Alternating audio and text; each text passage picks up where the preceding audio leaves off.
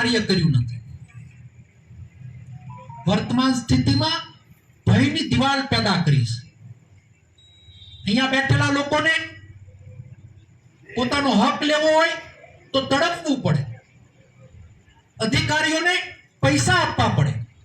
તમારે મકાન બનાવવું હોય તો તમે શેત્રુજી નદીમાંથી રેતી ન લઈ શકો. લઈ શકો?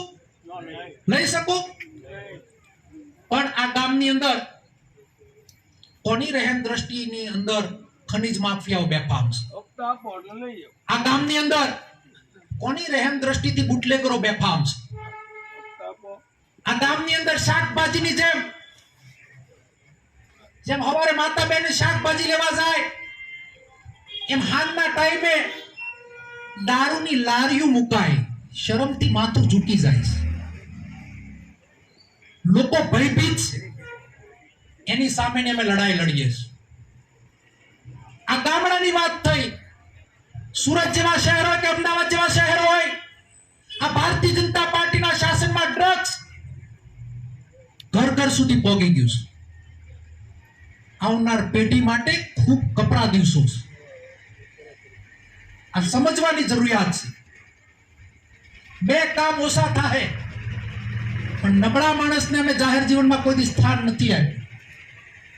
આ વખતે ભારતીય જનતા પાર્ટીએ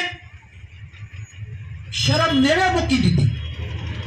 કલંકિત માણસો, ભ્રષ્ટાચારી માણસો, ખૂની માણસો એનો સહારો લઈ અને કોંગ્રેસના કાર્યકર્તા કે કોંગ્રેસના નેતાઓ કે કોંગ્રેસના ઉમેદવારોને દબાવવાના પણ પ્રયત્ન કર્યા.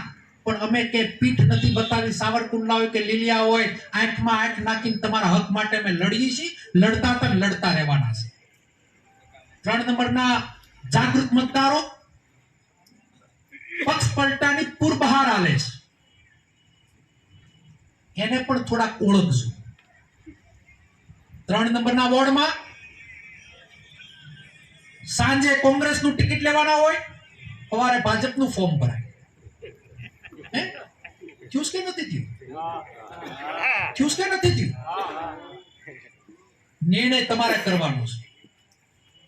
એક બાજુ ભારતીય જનતા પાર્ટી વિચારધારાની વાત કરે, એક બાજુ ભારતીય જનતા પાર્ટીના મહત્વના આગેવાનો કોંગ્રેસ મુક્ત કરવાની વાત કરે, અને બીજી બાજુ એના ઘરમાંથી એની પેઢીના જ લોકો કોંગ્રેસમાંથી ઉમેદવારી કરે. 75% ભારતીય જનતા પાર્ટીમાં કોંગ્રેસના આગેવાનો આખા ગુજરાતની અંદર બેઠા છે. ક્યાં ગઈ તમારી વિચારધારા? વિચારધારાની વાતો કરનાર લોકો એક બાજુ તમે રાષ્ટ્રવાદની વાતો કરો.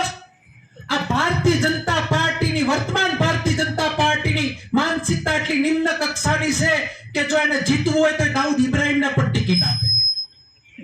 આમાં કોઈ વધારાની વાત નથી કરતો. આ સત્તા માટે છેલ્લી કક્ષાએ જઈ શકે અને છેલ્લી પાયરીનું રાજનીતિ કરી શકે. અમે લોકો ક્યારે એવું કોઈ કાર્ય ના થાય કે પ્રજાને પીડા પડે કે પ્રજાનું માથું ઝૂકી જાય. આ વાત એટલા માટે કરું કે શેરીએ શેરીએ વાત અલગ, ગામડે ગામડે વાત અલગ. આનો કોઈ વિચાર જ નથી. આ એક ફુગો ફૂલેલો છે ગુજરાતની અંદર. તમારે મત રૂપી ટાસણી મારવાની છે, અને તમારા એક મતની તાકાત ધીરુભાઈ અંબાણીના, મુકેશ અંબાણીની પણ એક કિંમત છે, અને તમારા મતની પણ એક કિંમત છે. ભૂતકાળની અંદર ગરીબ માણસોને પૈસાની લાઈનમાં, બીજી ત્રીજી લાઈનમાં જીતવામાં સફળ રહ્યા. હું ખાતરી આપું કે કોંગ્રેસની રાત લાંબી પણ દિવસ એક દિવસ ઉગવાનો છે, અને દિવસ 100% ઉગવાનો છે. અમને વિશ્વાસ છે કે અમે સત્યના પથ ઉપર છે. અમે તમારા હક માટે લડ્યા છીએ, લડવાના છીએ, લડતા રહેવાના છીએ. મારે કોઈ બીજી વાત નથી કરવી. આ ગામને ભ્રષ્ટાચારમાંથી મુક્ત કરાવવું હોય તો આ ગામજનોને 3 નંબરના વોર્ડમાં કહેતો જાઓ કે નગરપાલિકામાં એટલા વર્ષો સુધી મેં માથું નથી પાડ્યું. એકવાર કોંગ્રેસનું બોર્ડ આપો, 1.5 વર્ષ પછી ધારાસભાની ઇલેક્શન આવે અને નગરપાલિકા લગતી ફરિયાદ નિવારણ સમિતિની અંદર અને બધી યોજનાઓમાં હું પોતે બેસે અને જો